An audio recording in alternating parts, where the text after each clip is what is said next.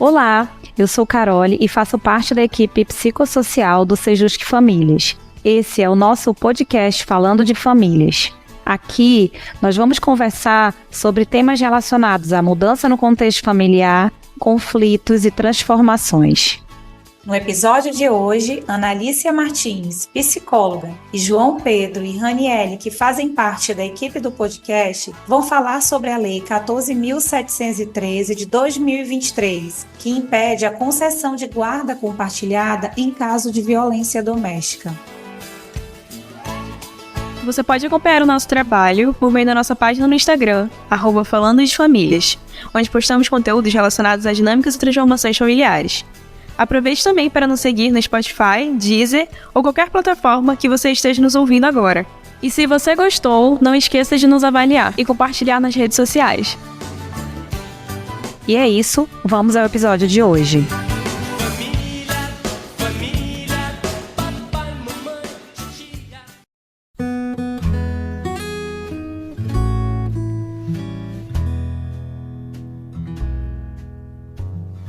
Bom dia, a gente começa com mais um episódio do nosso podcast Falando de Famílias e a nossa convidada da vez é a Ana Alicia Martins. E eu sou Raniele, eu faço parte da equipe do psicossocial do Sejusc Famílias aqui do Tribunal de Justiça do Estado do Amazonas. E eu sou o João Pedro, também da equipe psicossocial por parte de psicologia. Olá, bom dia a todos e todas. Sou Ana Alicia Martins, sou psicóloga clínica e jurídica, doutora em psicologia pela UERJ, pós-doutorado em comunicação pela UFRJ. Venho participando aí há algum tempo também do NPPJ, o Núcleo de Pesquisas e Práticas em Psicologia Jurídica. Venho atuando bastante no campo jurídico, né? Já aí há pelo menos uns 20 anos desde a minha graduação no campo da psicologia jurídica. Então, estou aqui para contribuir para esse debate de uma nova lei que surge. A gente está aqui para conversar. É um prazer contribuir com vocês. Mais uma vez, obrigada pelo convite. A gente vai estar discutindo sobre a Lei 14.713 deste ano de 2023, que fala sobre a questão da alteração do funcionamento de guarda compartilhada, né? E a alteração dessa lei, ela vai estabelecer que, como um impeditivo, né, do exercício da guarda compartilhada, quando houver o risco de violência doméstica. A nossa primeira pergunta que a gente tem para a Analícia é como você enxerga a alteração da lei e a maneira como será aplicada em prática? Essa nova lei, me parece que ela já surge um pouco atrasada, porque na realidade, na lida com os processos judiciais, no atendimento com famílias que vivenciam conflitos, a gente observa que a violência doméstica e mais fortemente no caso da violência psicológica,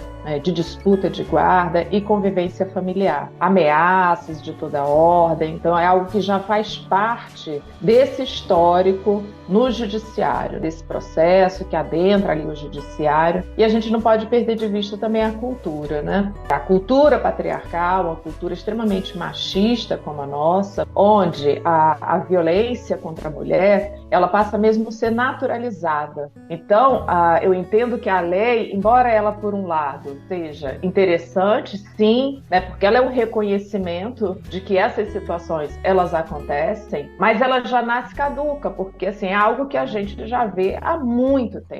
Então, ela vem sanar esse histórico de violência que a gente vê contra as mulheres nas varas de família, porque essa violência ela vai se perpetuando. Então, eu entendo que não. Eu entendo que a lei ela vem como uma tentativa de reconhecer que essas situações elas acontecem, mas já nasce tardia. É isso que eu quero dizer. Eu entendo também que na nossa prática a violência ela está sempre presente, mas me parece que há uma dificuldade dos profissionais do judiciário. Eu não me refiro somente aos agentes de justiça, mas eu me refiro de uma forma geral a profissionais da psicologia, do serviço social, uma certa dificuldade em expressar ou fazer ver que naquele caso ele é perpassado sim por violência. Me parece que há um certo milindre, né? Eu acho que a gente pode estar conversando também mais sobre isso nas próximas perguntas, é o que leva esses profissionais a recuarem, a se posicionar ou se pronunciar sobre a violência doméstica em casos de disputa de guarda e regulamentação da guarda dos filhos. Então, em suma, na minha opinião, a lei ela pode sim, por um lado, ser benéfica, mas nós não podemos perder de vista outros efeitos que podem advir a reboque, como, por exemplo, o incremento do processo judicial, com a desqualificação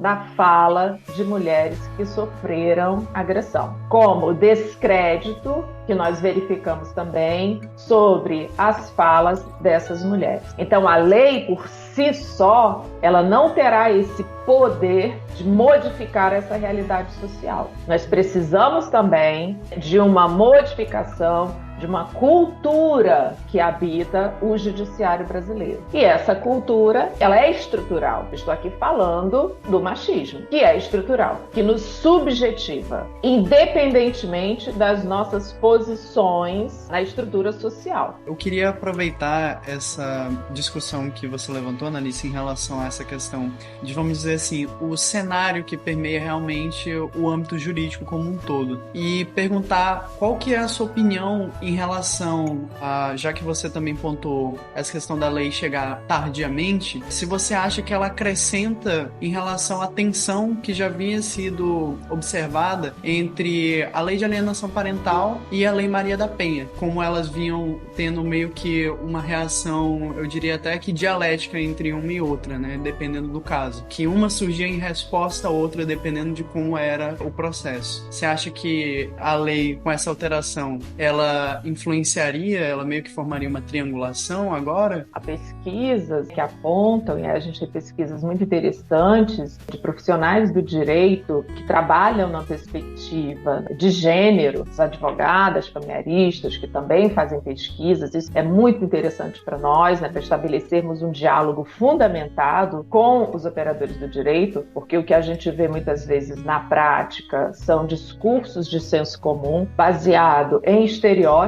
de gênero, e aí quando a gente encontra esses profissionais, esses pesquisadores, é muito interessante, né? E eu cito nesse caso, uma profissional aqui do Rio de Janeiro, que é a Raquel Seródio, que fez uma pesquisa, ela é do direito, fez uma pesquisa sobre alienação parental. Ela demonstra como a lei da alienação parental, ela surge em resposta à lei Maria da Penha. Então, é uma forma a lei da alienação parental surge como uma forma, então, de desqualificar, colocar sob suspeita a fala dessas mulheres. A gente já tem isso no campo do direito, essa discussão que vem sendo feita de uma forma ainda muito incipiente. Então, a gente tem esse contraponto aí. A mulher sofre violência, ela denuncia essa violência, ela pede medida protetiva. Essa violência, por vezes, ela é cometida na presença dos filhos. Não importa se foi agressão física, porque muitas vezes são ameaças, são formas de expressão que são muito contundentes, são muito agressivas, e elas podem estar acontecendo sim na presença dos filhos, quando não chegam às vias de fato. Então a gente tem essas situações sim, que estão ali registradas nos autos, mas o que ocorre é que, da outra parte, o que a gente vai observar? Que é a desqualificação da fala dessa mulher. Toda a tese que é utilizada em defesa desse homem, autor de violência, toda a tese, ela é fundamentada na desqualificação da palavra da mulher. Essa desqualificação, ela vem mediante estereótipos de gênero que são históricos. A mulher como desequilibrada, a mulher como louca, como passional, como ciumenta, como aquela que não aceita o fim da separação, uma mulher que é descompensada, desequilibrada, enfim, uma série de estereótipos que vão sendo utilizados para, em última análise, referendar a tese de que ela está fazendo isso porque ela só quer se vingar. A imagem da mulher como vingativa como desequilibrada e vingativa, a qual se soma também a mulher egoísta, malvada, aquele estereótipo da mulher que muito me lembra as personagens dos contos de fada, que são, né, bem estereotipadas, e aí isso é trazido para o processo como uma forma de desqualificar não só a fala daquela mulher, mas desqualificá-la enquanto pessoa. Então eu digo que muitas vezes o processo ele tem intuito não só de ganhar a causa, no caso a criança, a guarda da criança. Ele também tem como objetivo o aniquilamento moral dessa mulher, sua destruição subjetiva. A litigância abusiva que a gente observa nos processos é de uma tamanha violência que muitas vezes a gente vê assim, eu falo com as minhas clientes, né, as mães, para elas se cuidarem, a importância delas estarem fazendo acompanhamento psicoterápico, porque é muita violência que a gente observa nos processos. Não é só a violência que ela sofreu no passado, num casamento que seguia o modelo tradicional, mas também uma violência que está sendo perpetrada no interior do próprio processo judicial, né? A gente pode chamar isso também de uma violência institucional. Então, eu vejo que tem esse contraponto da Lei Maria da Penha com a Lei da Alienação Parental. E aí o que a gente vai observar também, e aí a psicologia muito contribuiu para uma perspectiva de que basta separar a conjugalidade de parentalidade, todos os problemas estarão resolvidos. Isso é colocado como uma espécie de uma solução mágica. O problema de todo conflito familiar na vara de família, em torno da disputa e regulamentação da guarda, pode ser solucionado com a simples fórmula: separar a conjugalidade de parentalidade. Eu entendo hoje, né, e eu faço também uma autocrítica, inclusive às pesquisas no campo da psicologia jurídica, porque a gente, ali enquanto pesquisador, afirmando isso, né, nós acabamos fortalecendo ainda mais uma visão muito simplificada, ou diria, muito distanciada, na verdade, né, do debate de gênero. Então, se a gente fizer um levantamento das pesquisas em psicologia jurídica de 10, 20, 30 anos atrás, nós vamos observar que essas pesquisas, elas não levam em conta um debate sobre relações de gênero. Há 20, 30 anos atrás,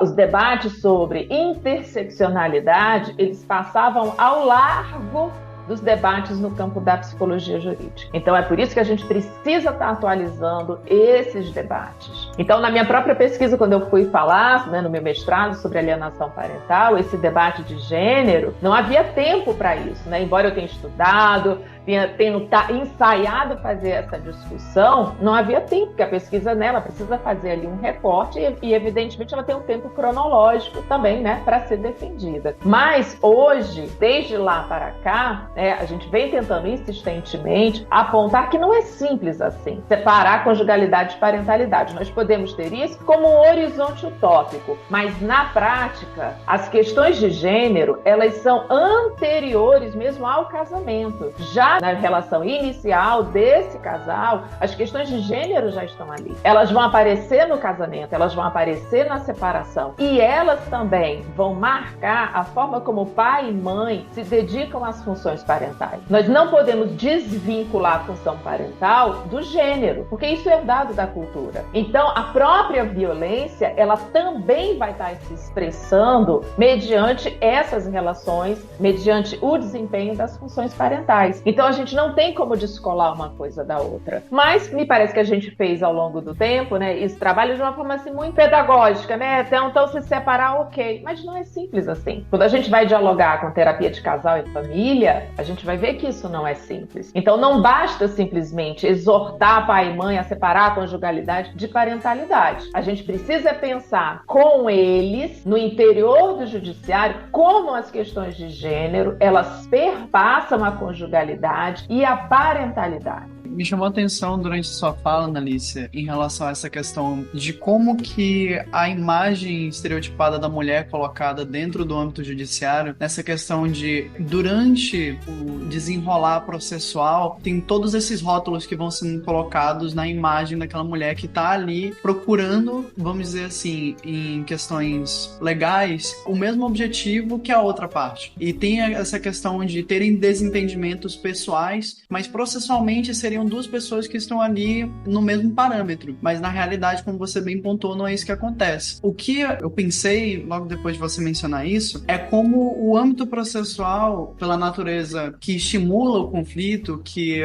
tem toda essa questão de lucrar em cima dessa ideia de competitividade, das partes elas não se entenderem, de ter esse estímulo de realmente delongar, estender isso, como isso faz com que, pelo menos ao meu ver, a figura feminina acaba não vencendo de nenhuma forma. Porque se ela desiste do processo, ela não tem uma chance de recorrer àquilo que ela almeja, de ter essa possibilidade. E se ela recorre, ela entra no âmbito judiciário, ela tem que passar por essa série de violências e ela tem que ser questionada continuamente, mesmo que o âmbito jurídico, em teoria, incentive isso. Incentive a competitividade, incentive essa agressividade, esses interesses individualistas, mas parece que os marcadores de gênero sempre vão pesar para essa questão de que é só a figura masculina que vai sair lucrando com isso. E a figura feminina simplesmente perde em todos os âmbitos. Sim, eu concordo. A forma, como o sistema opera é para a manutenção dele mesmo. Então, o estímulo ao acesso à justiça, a gente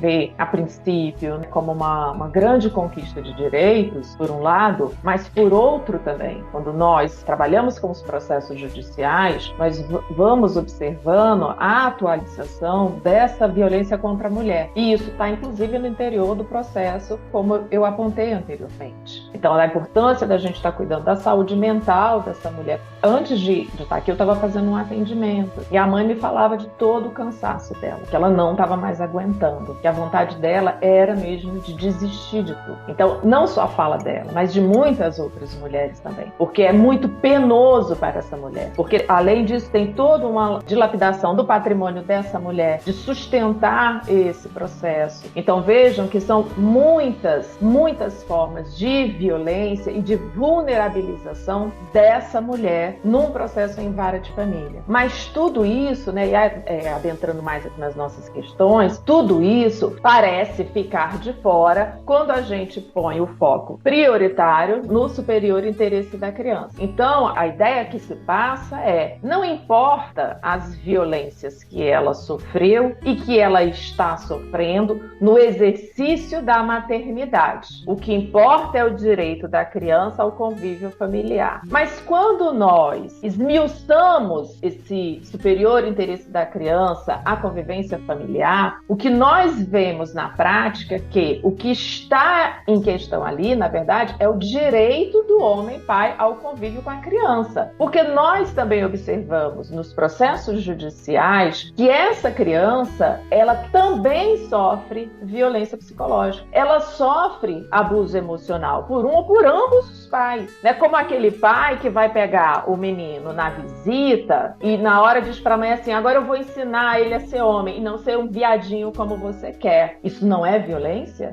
E esse menino se recusa terminantemente. Aí ele sofre com isso, ele está em atendimento psicoterápico e essa criança tem sofrido, ela expressa toda a violência que ela está sofrendo. Mas para o judiciário, essa mãe é uma possível alienadora e ele tem direito à convivência familiar. Então, outra pesquisa também de autores do campo do direito, as autoras, elas vão fazer entrevistas em Minas Gerais com os operadores do judiciário, os agentes da justiça, e o que elas vão perceber é que em última análise, o que está ali em questão é o direito do pai, não o direito da criança. Então, por exemplo, a questão da suposta, guarda alternada. A gente vê situações que são de extremo desgaste para a criança, mas o argumento é que com isso o direito da convivência está sendo protegido. Ora, direito à convivência de quem? Do pai? E a gente precisa entender muito bem, gente, a noção de parentalidade. No Brasil, a noção de parentalidade, ela vem sendo reduzida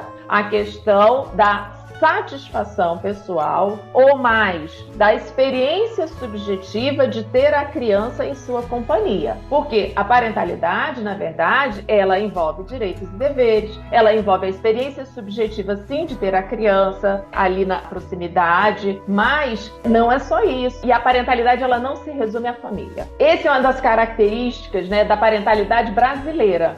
Na sua opinião, Analícia, se a violência contra a mulher é um tipo de violência doméstica, havendo a ocorrência de violência contra a mulher, seria um impeditivo da guarda compartilhada? Eu acho bastante importante a gente utilizar o exemplo de outros países. A gente, por exemplo, tem o caso da França, onde em situações nas quais é detectada violência contra a mulher, é de fato um impeditivo, sim, para a declaração da guarda compartilhada. Também tem uma pesquisa muito interessante, realizada pela Denise Coté, uma socióloga do Canadá, tem um artigo publicado que é excelente, fazendo um levantamento sobre situações nas quais mulheres que sofreram violência, que estavam em abrigos, e muitas dessas mulheres apontavam que era sim importante, que elas consideravam importante o pai da criança, ter contato com a criança, mas o que elas queriam de fato era o cessar ali da violência contra elas. Mas o que essa pesquisadora Denise Coté observou nesse levantamento realizado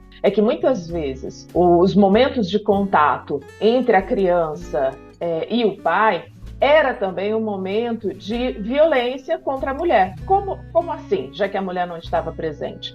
Ora, esse homem fala coisas para a criança, fica perguntando sobre a mãe, ou ainda até aqueles momentos de encontro, né, onde não houve um processo judicial, um processo criminal contra esse homem, mas, né, ao dia de buscar a criança na casa da mãe, era sempre também um motivo de estar ali afrontando essa mulher, tecendo algumas ameaças, insinuando ameaças, ou ainda tentando algumas vezes convencer essa mulher a retornar o relacionamento, né? Sendo um relacionamento que historicamente já tinha ali muita violência psicológica, muitas ameaças, enfim. Então, nesse artigo, a autora aborda o fato de que, embora a legislação ela seja importante, né, mas é preciso que a gente tenha lastro, é preciso que haja aí, né, de fato, um investimento na cultura por meio da educação, da transformação social, de conscientização sobre a violência contra a mulher, colocando em discussão a isonomia, colocando em discussão a simetria parental. Porque a guarda compartilhada, o que a gente vê aqui no Brasil é que a guarda compartilhada, no judiciário, na perspectiva dos homens pais, né, do judiciário e dos homens pais, o que nós observamos é que a ideia de guarda compartilhada ela ficou muito restrita à convivência, a satisfação daquele homem-pai ter a criança na sua convivência, né?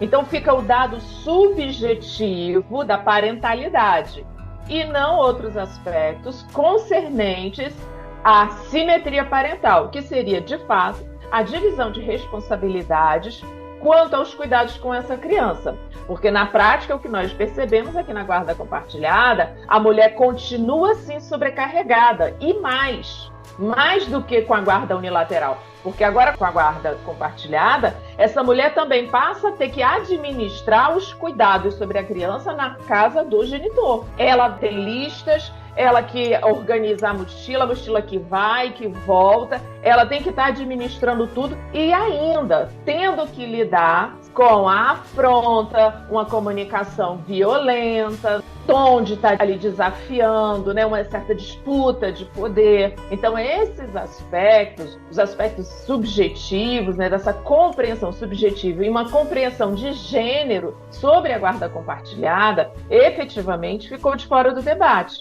Então a gente tem uma lei hoje que ela vem a reboque, no meu entendimento, ela vem para sanar uma situação Mas, ao mesmo tempo, ela causa também alguns questionamentos. De onde surgiu essa lei? O movimento social estava envolvido na elaboração dessa lei? Não sei se vocês acessaram a justificativa dessa lei, mas, por exemplo, ela não cita em nenhum momento a expressão mulher. No texto de justificativa da lei, a expressão violência contra a mulher, ela não é usada. Não é citada a Lei Maria da Penha. Cita a alteração do Código de Processo Civil e a alteração do Código Civil, mas não cita violência contra a mulher, sequer essa expressão é utilizada. Então, fica uma espécie de milindre, sabe? Como se falar de gênero, falar de violência de gênero, fosse um grande tabu no judiciário, nas varas de família. Eu já ouvi, inclusive, de profissionais, a forma como a profissional se expressa, profissional do judiciário, de se expressar, e tem uma coisa assim, sempre de desconfiança em relação à mulher. Que aquilo ali é mimimi, que é vitimização. Então, eu entendo que a gente tem muito trabalho pela frente com relação ao trabalho das equipes.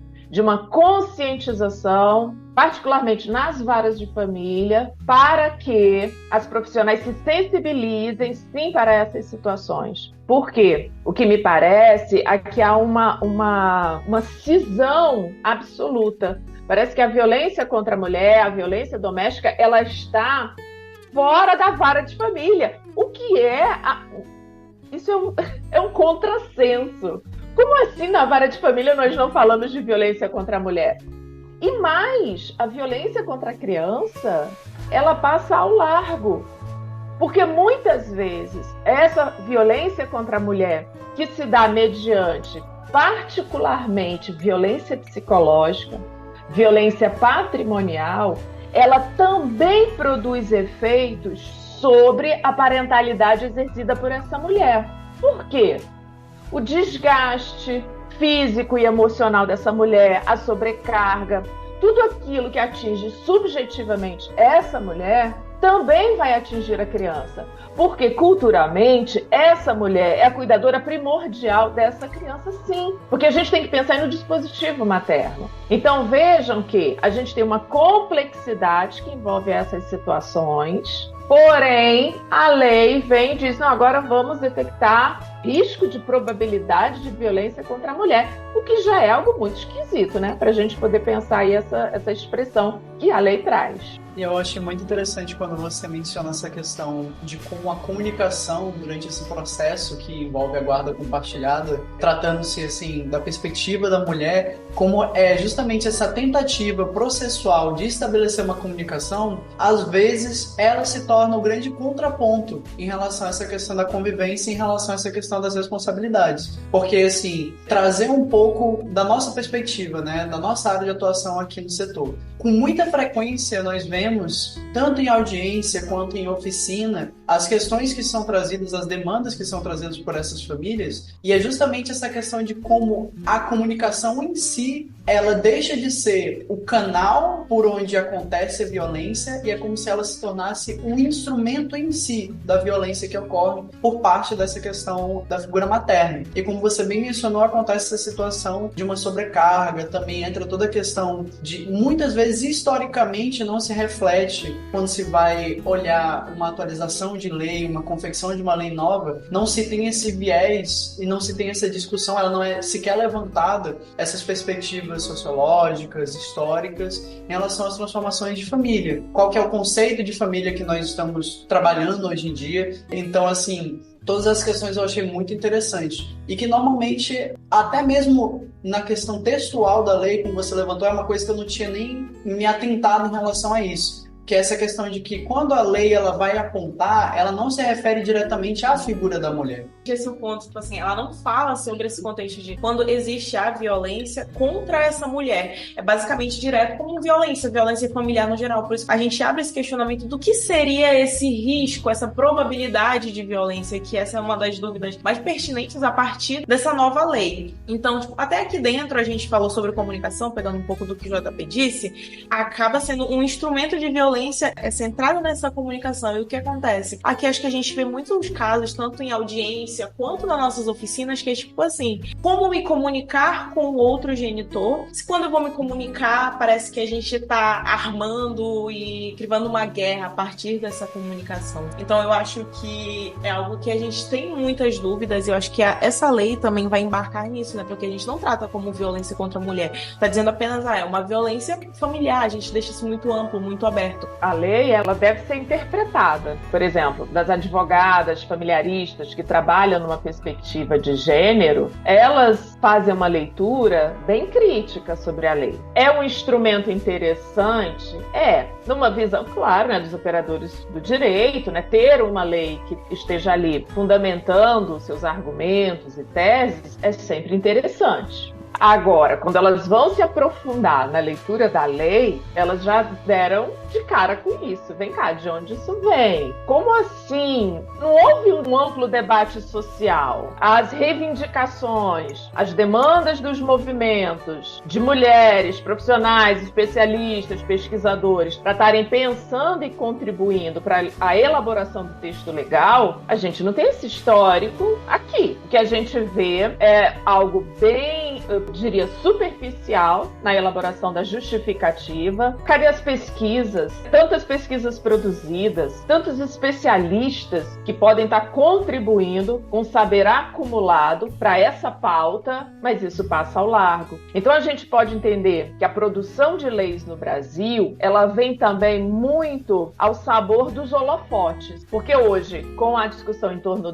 da lei da alienação parental, o que os movimentos sociais vêm apontando já particularmente desde 2017, quando surgiu o movimento contrário à lei da alienação parental. Os movimentos sociais vêm apontando que a lei da alienação parental, ela é utilizada como uma forma de silenciamento da mulher, da criança, portanto, como uma forma de violência contra a mulher, de manutenção da violência contra a mulher. Então, isso está ali em ebulição, em discussão. Então, surge uma lei como essa, como se fosse assim, uma espécie, olha, tá aqui para dar a resposta então. É isso que vocês queriam? Então, a gente trouxe aqui uma solução mágica, que é uma solução que ela tem, assim, efeitos a reboque, como, por exemplo, ela incrementar ainda mais o litígio e não vir para sanar. Então, vejam, uma lei que vem sem esse debate social, sem a contribuição daqueles profissionais, os pesquisadores que poderiam estar ali, trazendo elementos para a gente estar redigindo uma lei que efetivamente viesse a sanar uma demanda, uma ampla demanda social, a lei ela surge como uma solução mágica, porque ela não tem diálogo e ela tá aqui. Quando a gente vai examinar, na prática, a gente vê a grande possibilidade dessa lei provocar o incremento do litígio. Como? Vamos lá. Nós já temos aí, historicamente, né, uma série de estereótipos com relação à imagem da mulher na sociedade. Então, quando nós vemos uma instituição como o judiciário, que historicamente, né, é uma instituição conservadora, no que tange aos papéis sociais, onde nós verificamos o enrijecimento desses papéis sociais de homens, mulheres, de pai, de mãe, na prática, o que nós vamos observar então? Que esses estereótipos, eles vão servir para desqualificar esse modelo essencial que se pensa sobre os papéis de gênero, sobre as funções de gênero. Então, tudo aquilo que desqualifica o papel, né, o exercício da maternidade, vai ser utilizado então, como uma forma de atacar essa mulher, colocando-a como má, vingativa, egoísta, insana, desequilibrada. Tudo isso muito referido a esses estereótipos de gênero com relação às mulheres. E isso vai servir para desqualificar a fala dessa mulher. Se essa mulher, então, é tudo isso, então a sua fala não tem credibilidade. O que ela está dizendo é uma dissimulação, é uma inverdade, né? Porque, veja, a ideia da mulher é que ela está sempre dissimulando, que ela está sempre manipulando a realidade para então conseguir o que ela quer. Esses estereótipos, a gente vê isso muito forte nas entrevistas. Me parece que hoje no judiciário, com a lei da alienação parental, a impressão que nos causa é que já há um pressuposto implícito que esta mulher está fazendo alienação parental. Então ela tem que provar, ela que tem o ônus da prova, é ela quem tem que provar que ela não é uma mãe alienadora, porque já espera espera-se de antemão, pelo pressuposto implícito, que hoje habita o imaginário social e jurídico, que a mulher que se separou, então, ela está praticando alienação parental. Ou seja, aquilo que no passado a gente entende como a mulher está exercendo uma prática para a qual ela foi determinada, porque, afinal de contas, essa mulher possui instinto materno. Mãe é mãe. Mãe cuida, não é? Olha tudo aquilo que está no nosso imaginário. Mãe é mãe. Então, essa mulher, ela tem que exercer essa maternidade para a qual ela foi, né, forjada subjetivamente. Então, essa mulher entende que o cuidado é a forma como ela cuida. A forma como o homem cuida, né, ou nem cuida muitas vezes, né, é muito distinta da forma como a mulher cuida. Então, essa mulher vai ser vista como controladora, como possessiva, como aquela que não quer se separar da criança. Existem casos psicopatológicos? Sem dúvida.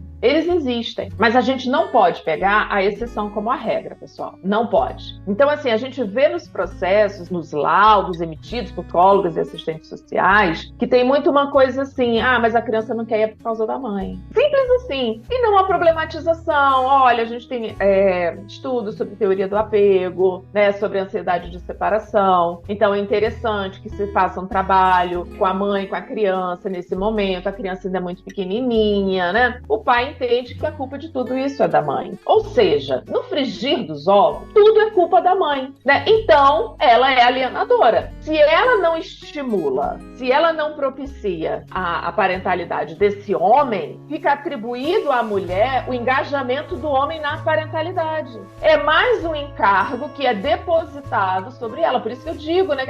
Toda a sobrecarga e a responsabilização vai sendo colocada sobre a mulher. Aí algumas colegas vão dizer assim, mas Analícia, esse homem pai, já no casamento, ele não se responsabilizava, quem fazia tudo a mulher. Ora, eles estavam simplesmente exercendo um modelo patriarcal de casamento. Então, quando eles se separam, esse modelo continua sendo vigente, né? E a gente, então, vai passar pano para isso? Então, se ele não cuidava, então não é um problema ele não continuar cuidando? Então, como judiciário, ele pode propiciar que esse homem pai se engaje nessa parentalidade, né? As oficinas de parentalidade, elas bem que podiam se chamar oficinas de paternidade, né? Seria muito interessante uma oficina de paternidade, né? Então, olha, senhor homem pai, você não cuidava antes, mas agora você está separado, e guarda compartilhada é divisão de responsabilidade. E quais são as responsabilidades em relação à criança? Essas e essas. Então, como você vai participar disso, né? Mas não, a oficina de parentalidade, em muitas situações, ela também vai reproduzindo certas expectativas, modelização social, na forma de exercício das funções parentais, né? Um ideal de paternidade, um ideal de maternidade, um ideal de família. Então, assim, muito cuidado com as soluções mágicas, pessoal, né?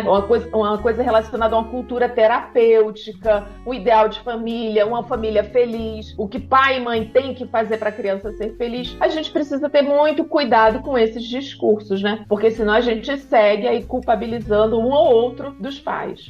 Eu achei interessantíssima essa questão das oficinas, porque existe realmente essa preocupação muito grande, que apesar de todo o teor técnico que vai em relação a essa questão de explicar que não existe um modelo de família. Família não é o que, vamos dizer assim, no senso comum se entende, que é essa questão exclusivamente pai, mãe e filhos. E ter que abordar os diferentes tipos de família, ter que instruir a respeito de transformações familiares, é nítido quando a gente trabalha isso aqui em relação à questão da resistência por parte do público mesmo. Essa questão de entender na prática como é que isso acontece. Porque, que nem você falou, não é simplesmente a experiência assim, daquele momento, a experiência processual. É toda uma experiência em relação a não só os dispositivos de poder que atravessam a realidade daquela pessoa, que atravessam o sistema judiciário, que atravessam o momento do processo, porque tem toda essa questão que eu acho também um ponto válido de se levantar, que é a questão da ideia do processo, como se ele criasse um lapso na história de vida da pessoa, que acontece aquela questão de quem era aquela família antes do processo e quem são esses indivíduos e como está essa família agora, depois do processo, ou durante o processo. E todas as questões eu acho muito pertinente poder trabalhar, principalmente porque você está dando em primeira mão um material para reflexão para a gente também pensar em como é o nosso trabalho. E eu acho isso muito importante também. Então, encerramos por aqui a primeira parte do episódio falando sobre a Lei 14.713 de 2023, que impede a concessão de guarda compartilhada em caso de violência doméstica. Nós agradecemos a contribuição dos nossos convidados e ao público que ficou até o final. Não percam a segunda parte do episódio. Esse podcast foi produzido pela equipe psicossocial do Sejusc Famílias do Tribunal de Justiça do Amazonas. Para acompanhar o nosso trabalho, acesse o nosso Instagram e TikTok, @falandodefamilias. Até o próximo episódio!